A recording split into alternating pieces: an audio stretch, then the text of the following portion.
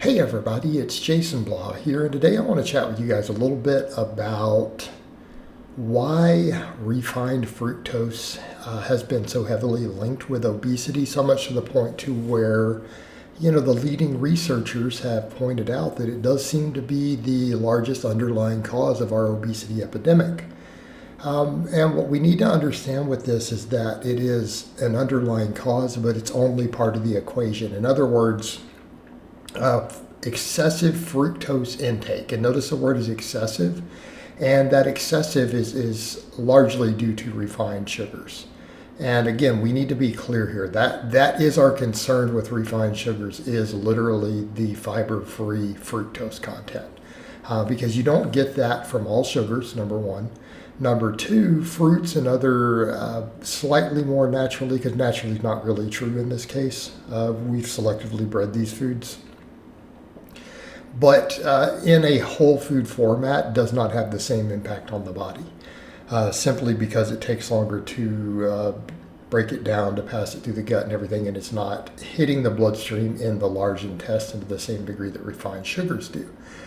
So again, there's a big difference between those. So it's not the amount, it's not that we're eating fructose, it is the quantity of fructose that reaches the bloodstream that's a concern.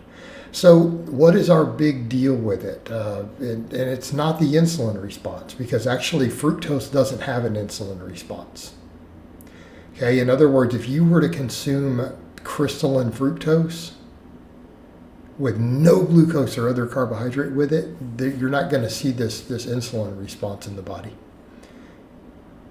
A lot of people say, what? Yeah, no, it doesn't. So even your table sugar, the glucose, is what gives you that.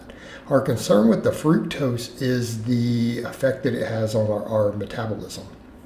Okay, because once it gets through the bloodstream and all the different processes that the body has to turn fructose into a usable fuel, which is glucose, our primary fuel source, because we can't use fructose, it's pretty much a poison to us. Our liver processes it through the same process that it does alcohol, to turn it into glucose, and then it leaves some waste products in the liver, puts stress on the liver.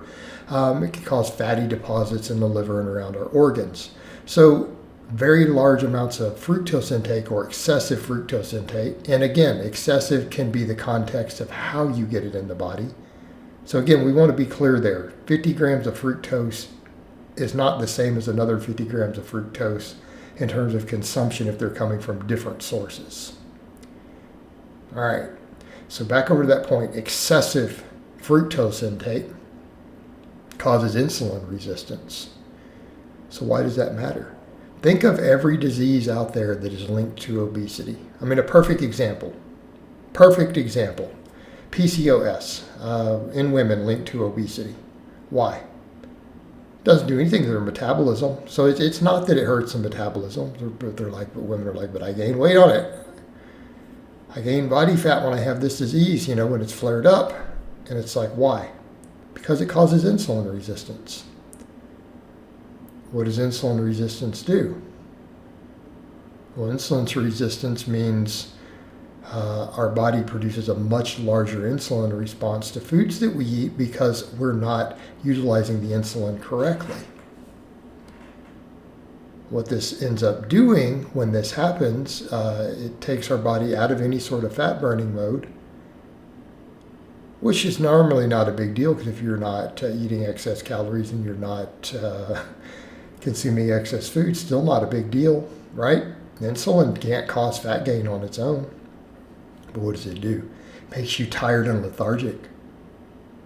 It also makes you hungry. So the same pathway through which, say, PCOS causes obesity, excessive fructose does by causing insulin resistance. If fat gain is caused by eating too much and not moving enough, would any medical condition or response in the body that makes you lethargic and tired and hungry at the same time be an enormous driver of obesity? Of course it would. And when we're craving and we're starving, what is it that we consume? Fatty foods. Where does our body get its body fat? From the fat we eat. And that is not, I want to be clear, that is not a controversial statement. When they've done studies in the human body as to how we gain body fat, 99% of the fat on your body originated as dietary fat. Yes, they've been able to track this with carbon isotopes in your food. Okay, only 1% of the fat on your body came from any form of carbohydrate that you ate. The other 99% came from fat that you ate. All right? Like none of it came from protein. So that makes us crave fatty foods. And if we overeat fatty foods, and we're in a situation where insulin is chronically elevated, which is again preventing us from wanting to burn fat for fuel in that case, we're just storing all the fat that we eat. Okay. Now we want to be clear here. A lot of people are like, but this whatever vegan guy, he eats huge amounts of carbohydrate and sugar and even does table sugar and he's lean. Yeah, because he's not eating any fat. So that's the other point with it. Fructose in the absence of fat in the diet doesn't really cause fat storage because there's no fat in the diet to store. It's creating a situation to where your body will readily store every drop of fat that you eat. But if you're not really eating many drops of fat, there's not many drops of fat to store. So if you're storing every drop of fat that you eat, it's a minuscule amount at that point. So there is kind of the combination. It's the high fructose intake combined with a high fat diet. Why? Because again, it makes us insulin resistant and it makes us crave the fatty food. So we move less, we eat more junk. This is why fructose is the issue here, in addition to the other negative effects it has on the organs and your lipid profile and everything else. But again, we are talking about excess. This doesn't mean that you need to fear fruit. It doesn't mean that you need to fear all sugars.